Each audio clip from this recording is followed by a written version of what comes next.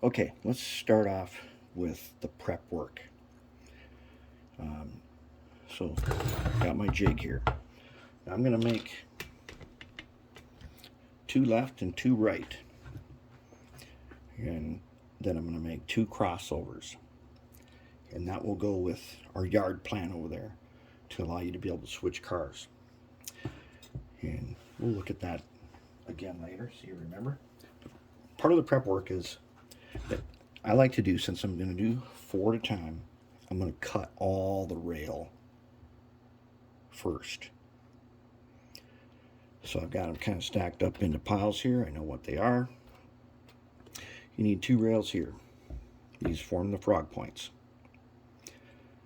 Now, just because they're reversed, that doesn't matter. It's the same rails on both sides. They're just a mirror image of each other.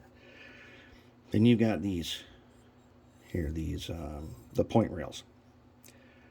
Okay, and they have a little bend in them. Go in here. Those get filed down using a tool, which we'll do later.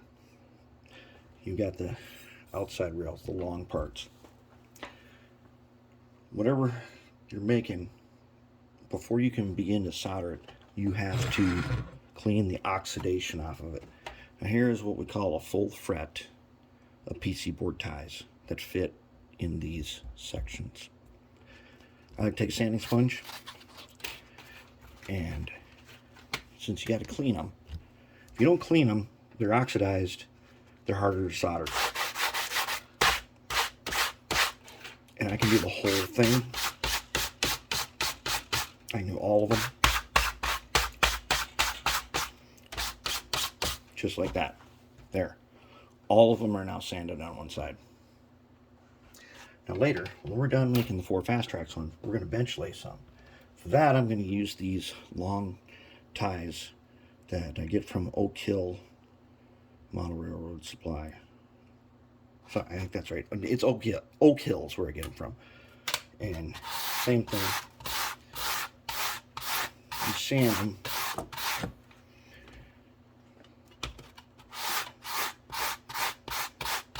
Just like that. It's that easy. The whole thing is now clean. When we do the bottoms of these rails, a couple of passes. Yeah, I can sand the whole rail at one time, but sometimes that works out good. Sometimes you just end up getting a bunch of fingerprints everywhere, and you'll see them a little later when you don't use it for a while. I'm going to try some new paste. This is zinc chloride, same as the usual stuff, but this is brand new. We'll see if it's stronger than my stuff that's been sitting open for years. We'll try that and see if it's brand new. It should be a little bit better because it's fresher.